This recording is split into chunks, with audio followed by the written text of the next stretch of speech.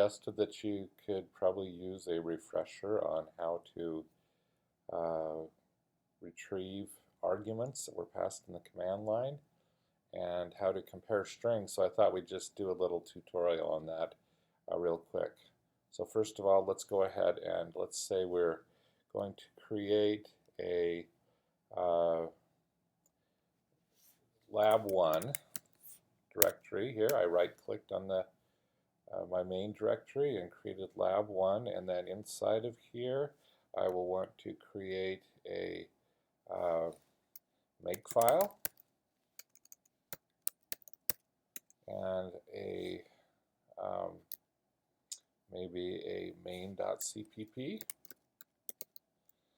and inside of my makefile I'm going to want to say to create main you need a main.cpp, and you're going to, that's a tab on the beginning of the line, use g++ -o, or create an output file called main, and use the input file main.cpp. Okay, so now I've got a makefile. I'm now going to edit my main file and probably include iostring, and using namespace std.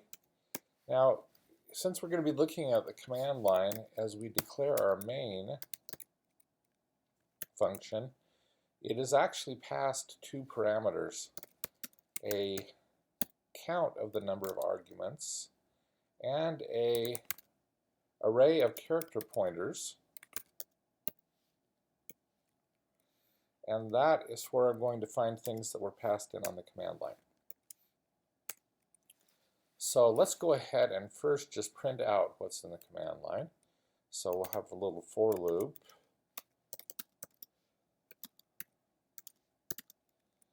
That will go from 0 to the number of arguments that the operating system told us were passed to us. And at this point I want to do a cout, and I'm just going to print out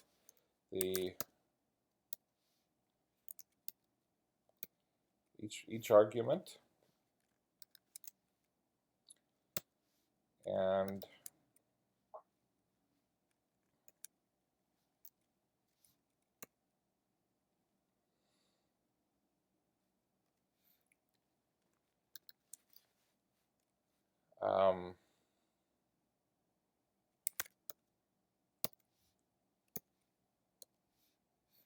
let's see how it works.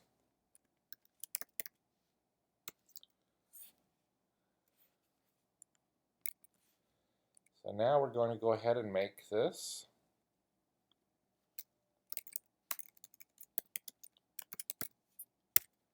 So my command line, I get into that same directory, lab1, that I was developing in.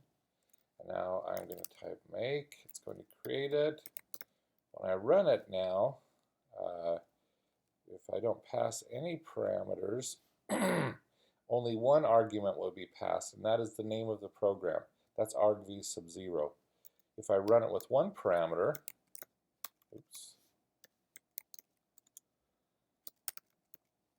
then the arguments will have two parameters: the name of the program and then the first thing I typed. And so I can go ahead and put a whole bunch here, which is what you're going to want to do in your lab, right? And you can see that they will all just be passed in successive argv values. Okay, one other thing you might be interested in. So how do we look at things and determine, for example, if they're adding a new appointment or doing other things that you're going to be doing in the lab? So we can actually use the string library, and I'm going to let's look and see if the first argument is add. So string first arg is equal to argv sub 1, because that's the one right after the name of the program. And then I can say if first arg dot compare to add is equal to 0. So it's equal to 0 if they are exactly the same, and it will have non-zero values if they're different that will help you determine what to do with them. You can look up the man page on string compare if you want to. But if they're the same, then I'm going to do a cout and say doing an add. And that will let me know that I typed in an add on the command line. So let's go ahead and take a look at that. I save it out again with Command or Control S. Make it again. And let's say add, put it in there, and then other args. Example, you'll notice here's all of my arguments, and it is doing an add. If, on the other hand, I said something like delete, then I wouldn't see the doing an add in as the output of my program. So you can basically use this then to build your lab 1 by comparing the arguments to possible options and then taking the action inside of the body of this loop. Hopefully that helps a little bit. Good luck on lab 1.